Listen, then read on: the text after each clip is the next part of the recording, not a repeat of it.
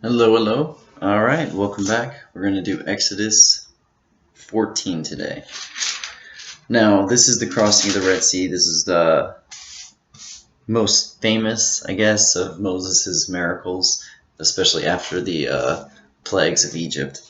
And we'll get into a little bit of the history. I did do quite a bit of research, but most of it, it's just a backup of what's in the Bible. You know, a lot of people, I've said this time and time again, for hundreds and hundreds and thousands of years, the Bible was historical document, and then we kind of brushed it away, and now it's all coming back, the science and the archaeology. It's like, oh, the Bible's pretty accurate with their locations and what they said happened and where it happened and when it happened and how it went down. Yeah, that's why even like when I was a kid, and I'm not that old, we had in our textbooks like the Hebrew, the Israelites, and the stories of them, because they knew that they coincided so well with Greek writings and Roman writings and everything else at the time that they knew it was accurate. So why not learn about this civilization? Anyway, I'm going to read from the New International Version, Exodus 14. Then the Lord said to Moses, "Tell the Israelites to turn back and encamp near Pi Hahareth, between Migdol and the sea. They are to encamp by the sea, directly opposite Baal Zephon. Pharaoh will think the Israelites are wandering around the land in confusion, hemmed in by the desert, and I will harden Pharaoh's heart, and he will pursue them. But I will gain glory for myself through Pharaoh and all his army. And the Egyptians will know that I am the Lord." So the Israelites did this.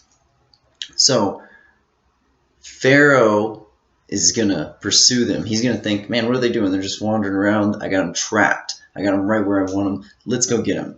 I gotta watch my mouth. These guys just plagued us. Our firstborns are dead. Screw them. You know, my heart is hardened against them. I'm gonna go slaughter these people, and because this is what they deserve. You know, screw their freedom. They're vulnerable. They're running away, and they don't know what's going on. But God wants him. He's luring them in because he's gonna show his glory. See, just like how Moses wasn't a public speaker, a lot of people think he might have had a stutter. And throughout history, you see this. God doesn't use necessarily the elite, the powerful, the one you'd expect. He uses somebody weaker. He uses something to show his glory. Because if a great, elegant speaker came forth and, persuaded Pharaoh to do something, that wouldn't be that surprising. It doesn't show God's glory. God's glory is shown when something remarkable and something you can't foresee coming happens. So that's what he's going to do with Egypt. Egypt, the most powerful nation. It's already been basically brought to its knees by God in the plagues. But now God's going to put the nail in the coffin on him. He's going to show his might against the greatest army in the world. He's going to destroy the greatest army in the world. That's how he shows his glory. If he destroyed a peedly little nothing army, wouldn't be that glorifying, wouldn't be that great, wouldn't be that big of a deal. He's going to wipe out the biggest army, the most powerful nation in the world with one swipe of his hand to show his glory. Again, he'll always use somebody who's meaningless in the material world, or somebody who's small, or somebody who's insignificant to show his glory, because it shows just how powerful he is to take somebody who you don't think could do it. Like the whole David versus Goliath. The material world tells us that Goliath is clearly going to win this fight. The spiritual world, where God rules, boom, nothing's impossible. Verse 5, when the king of Egypt was told that the people had fled, Pharaoh and his officials changed their minds about them and said, "What have we done? We have let the Israelites go and have lost their service." So he had his chariot made ready and took his army with him. He took 600 of the best chariots along with all the other chariots of Egypt, with officers over all of them.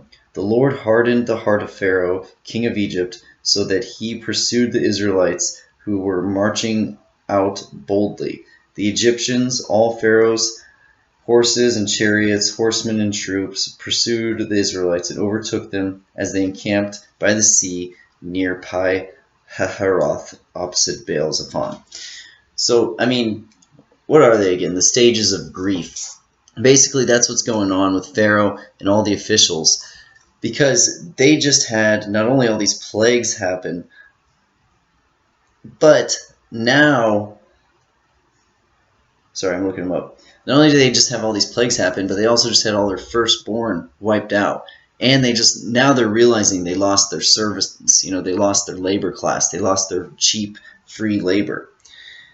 But they were going through the stages of grief. Now they're at anger. Now they're mad. Now they're ready to, pursue these guys. Here we go. Yeah, shock is the first one, so that's when they let them go.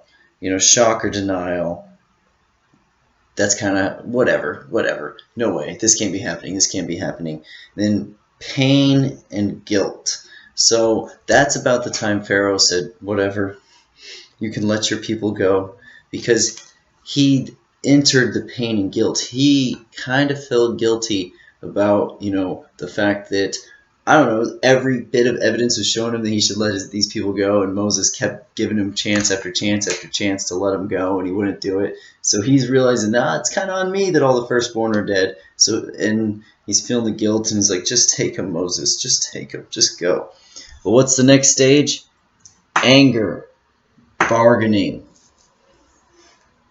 Now he's pissed. Okay, he's gotten past the guilt. Now he's like, no, it's their fault.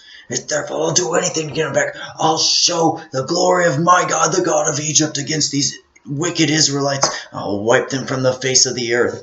He's entered the third stage of grief, Now he's going berserk, and he gets his whole army, gets all of his best chariots along with all the other chariots. So this is the cream of the crop of their army. Every bit of their best fighting men going with them to wipe these guys out, these lowly Israelites. Little do they know, God's setting them up.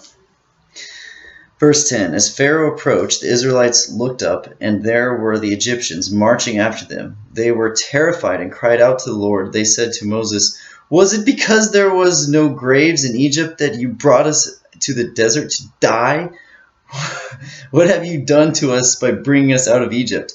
Didn't we say to you in Egypt, leave us alone, let us serve the Egyptians? It would have been better for us to serve the Egyptians than to die in the desert, because they don't trust the Lord. They don't have faith. They saw everything, but every little hump in the road, and I know there's people like that, you know them, that everything can be going their way, and the first bump in the road, it's kind of like, people are like, want to start a family. They want to build a family. They really want, that true family structure. They get married and they start having a kid, and as soon as it gets hard, they're like, ugh, this is better off being single. It's better off being on my own. Like, all right, well, you're not ready for the challenge. You're not up to the game. You just haven't put away the childish thoughts and started thinking like a man, like a grown-up. And this is how they are. They haven't put away their scare. Oh, it was better for us to serve. We told you to leave us alone. Let us go back to being meaningless servants of the Egyptians who could slaughter us at any time. Because now we're gonna have to work and toil. And look, they're pursuing us. And sure, God's gonna protect us. What has God done other than just freed us from our bondage? Because they don't have faith. They still don't have it. They saw it and they still don't have it. That's what's incredible to me. I mean, I'm sure not all of them cried out, but how many of them saw the miracles that were performed, and now they're like blaming Moses, and he always has to go through this. Moses' whole life is just taking God's command, doing it. It comes to fruition just as God said it would be, but then once again something comes up, and the Israelites mention moan about Moses and what he's having him do, until finally it's revealed that obviously this is what God wanted if they would have just listened to Moses in the beginning. But then the next thing comes up, and instead of just listening to Moses, they rebel and they argue and they piss and they moan. Like, the patience that Moses had to have had, it's incredible. But they're like, oh, did you bring us here because there's no graves in Egypt? Because now we're all going to die. Even though we've been praying for 400 years to be released from bondage. I mean, geez, Kanye West got in all this trouble for talking about how slavery is of the mind. These people are slaves of the mind. They will give up service. They'll give up freedom, having a life, free life, for a little bit of safety. Just a little bit. Just give me the illusion of safety, and I'll take it. It's despicable. Verse 13, Moses answered the people, "Do not be afraid. Stand firm, and you will see the deliverance the Lord will bring you today." Wouldn't you already be thinking that? Like, I mean, I can understand how a little bit like, no, we gotta have safe faith. Look what God's already done for us. He'll do it for us again. You would think that would already be going through their head. All right, the Egyptians you see today you will never see again. The Lord will fight for you. You need only to be still. Then the Lord said to Moses, "Why are you crying out to me? Tell the Israelites to move on. Raise your staff and stretch out your hand over the sea to divide the water, so that the Israelites can go through the sea on dry ground. I will harden the hearts of the Egyptians so that they will go in after them, and I will gain glory through Pharaoh and all his army, through his chariots and his horsemen. The Egyptians will know that I am the Lord when I gain glory through Pharaoh, his chariots, and his horsemen." They're going to know. See, this is his whole thing. Oh, they'll know. They'll know when I'm done. I just love it. He's showing his glory. He's using these wicked people who have nothing but wickedness in their heart and serve only their own will. They'll be shown what real will is. What's that Kaiser Sose from Usual Suspects? These men of will were shown what real will was, but it's like the antithesis. God will show you what real will is. He'll show you his will. You think you're powerful? You think you can make your own laws? We'll see about that. We'll see. I'll fight this battle for you. And you can't fight against God. Then the angel of God, who had been traveling in front of Israel's army, withdrew and went behind them. The pillar of cloud also moved from in front and stood behind them, coming between the armies of Egypt and Israel throughout the night, and cloud brought darkness to the one side and light to the other side, so neither went near the other all night long. Like, wouldn't you be a little nervous if you were the Egyptians? Okay, this pillar of fire and a cloud that's making it dark for us just separated us after all these plagues hit us. And it's not like, you can face like insurmountable odds when you believe in something, I guess. But it's so obvious that what they believe in is wrong. Because it's like, what was Moses originally asking for? Hey, can we go worship our God, in our homeland for 3 days? That's what he didn't ask for them to be free. He asked Pharaoh to just let them go worship in their homeland for 3 days. And Pharaoh wouldn't do it. Again, God's showing his glory. Because people would make the case like, oh, if you just ask to be free, then, that's giving up a whole slave club, blah, blah, blah. You see why people didn't do that, blah, blah, blah. Great, fine, whatever. But no, Moses just asked for 3 days to go worship their God, and Pharaoh said no, clearly being in the wrong. So they're not even fighting for like a just cause or a just anything that they can see. That would frighten me, I would think.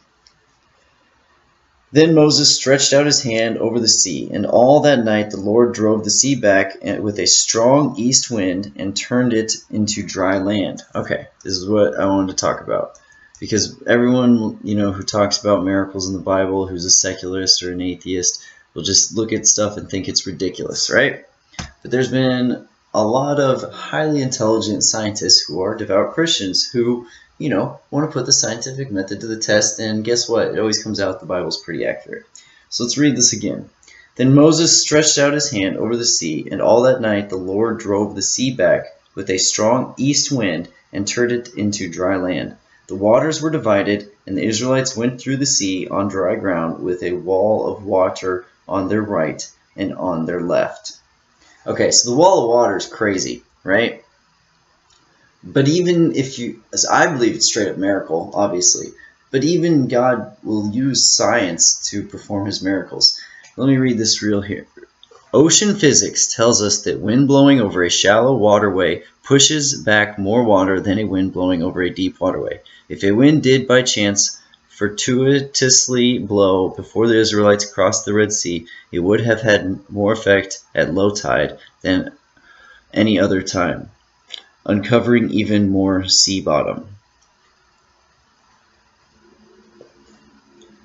I mean, here's one from the Washington Post, from the Smithsonian. The Science of the Red Sea Parting, from the Smithsonian Magazine. Washington Post. No, really, there's scientific explanation for the parting of the Red Sea in Exodus. How did Moses part the Red Sea? Wall Street Journal. Because science can explain it. Again, I'm a firm believer that great, science can explain the how, God's still the why. You know, I'm not going to disagree with either one. But that's what's fascinating to me, is you'll see people who read this and they think it's so mind-blowing. Like, who believes those fairy tales? Well, then you show the science that shows that it would actually exist, and either they reject the science or they reject the holiness of how it happened. Like, oh, it just so happened that there had to be an easter wind that blew all night, that dried it up just at the same time that these Israelites were trying to run away from Pharaoh's armies. You know, what are the chances, what are the odds, without a creator, a divine master of behind the universe, making sure everything falls into place? What are the odds that that's when this Red Sea is dried up? Again, science can somewhat explain the plagues. We talked about that earlier. But what are the chances that all that happens right at the time that Moses is asking for them to be free, that lines up with all these feasts and festivals, and then lines up with when the wind would be blowing at the Red Sea, as they're leaving, as they're being pursued? At some point, even if you're using science to explain everything, you have to realize that it's no longer coincidence, that something is behind all of it. All right. And again, I don't get too passionate about this one because to me it's such old news. You know, the science explains it, but I tend to think that it's more than just what science says, you know, that wind blew back. Because right here it says there was a wall of water on each side. I think it was straight up miraculous. The Egyptians, verse 23, the Egyptians pursued them, and all Pharaoh's horses and chariots and horsemen followed them into the sea. During the last watch of the night, the Lord looked down from the pillar of fire and cloud of the Egyptian army and threw it into confusion. He jammed the wheels of their chariots so they had difficulty driving, and the Egyptians said, "Let's get away from the Israelites. The Lord is fighting for them against Egypt." Okay, so obviously, again, it doesn't mean the ground is dry just because the water's been blown back. Not dry enough for a heavy chariot. It's going to be mucky. You know, the Israelites are walking through, they're nomadically traveling. Chariots are heavy. These are very heavy things, so they're getting mucked up in the mud. They're getting stuck. While at the same time, this pillar of fire and cloud at the Egyptian army and threw it into confusion. So basically, he's making them all paranoid. They're being surrounded by this pillar of fire that's all around them. There's a cloud that's making it hard for them to see, and they're getting stuck in the muck of what was the Red Sea. Paranoia is kicking in, okay? They're in this adrenaline rush of, they killed all of our firstborn, it's their fault, we got to get them, is gone. And now the paranoia of the actual situation is kicking in. The superstition, whatever you want to call it, because even if you didn't believe in a God, that would happen. The superstition would kick in into any brain, because we are aware of a supernatural, whether you want to admit it or not. The superstition of, holy crap, okay, we're surrounded by fire, there's a cloud, can't see, we're stuck in the muck, this is where the water should be, what's going on, what's going on? He just killed all of our firstborn and all these other plagues, we got to get out of here, we got to get out of here. It's kicking in, the adrenaline's gone. Then the Lord said to Moses, "Stretch out your hand over the sea so that the waters may flow back over the Egyptians and their chariots and horsemen." Moses stretched out his hand over the sea, and at daybreak the sea went back to its place. So again, science can explain it very easily. And this isn't an argument against the Bible, it's an argument for the Lord and the Creator. But it wasn't immediately as like the Charlton Heston movie where he just puts his hand up and waters come rushing in. It says that he lifted up his hand, and at the end of the night, Moses stretched out his hand over the sea, and at daybreak, it wasn't immediately, it was at daybreak, the sea went back to its place. So he probably stretched his hand, the wind stopped. They're still stuck in the muck. They can't see where they're going. There's fire. The Egyptians, there's fire around them. There's cloud around them. So they don't know what's going on, and it's still dark. So at daybreak, with the winds having stopped, the waters are coming rushing back in, and they're stuck right in the middle of where the Red Sea is. The Red Sea is pretty big. So even if they decide to abandon their chariots, they can't run back. And again, especially the officers and the chariot riders, they're weighed down with armor. It's not knight armor, but still heavy, hard to swim armor. The Egyptians were fleeing toward... Let me start over. And at daybreak the sea went back to its place. The Egyptians were fleeing toward it, and the Lord swept them into the sea. The water flowed back and covered the chariots and horsemen. An entire army of Pharaoh that had followed the Israelites into the sea. Not one of them survived. Not one. I said it before when I started this Exodus. Egypt is a marked man. They're a marked nation. They're done for. Because they become powerful off of corruption, off of sin, off of denying the power of God, and they become the most powerful nation. So what's God going to do? He's going to show the world that that's not power. I am power. He robs them of their wealth. When the Israelites leave, they take the wealth with them. They are the labor force. So no longer is this great archaeology or great architecture going to happen anymore, because you just got rid of everyone who knew how to do it, because you entrusted them to do all the work because you guys wanted to be lazy and let them do all your hard labor. So now no one knows how to do it anymore. So you lost those two things. Guess what? There goes most of your trade as well, because this labor force was taking care of most of your manufacturing or your growing of the wheats and all that stuff. Okay. Well, at least we still got this powerful army. Oh wait, no you don't. Because you, in your anger, in your vanity, chased them down, and now God has smited you. Verse 29, But the Israelites went through the sea on a dry ground with a wall of water on their right side and on their left.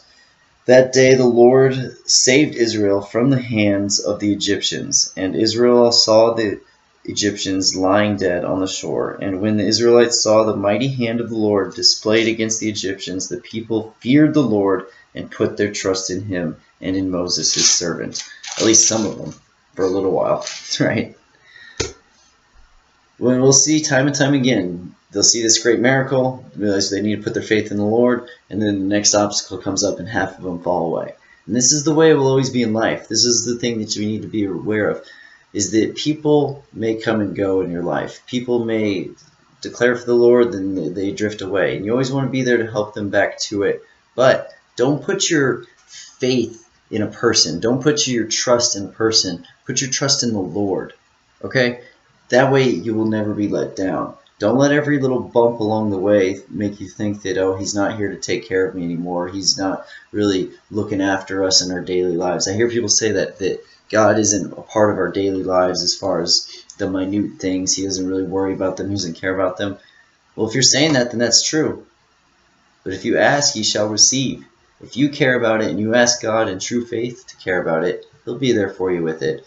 You have to make that decision.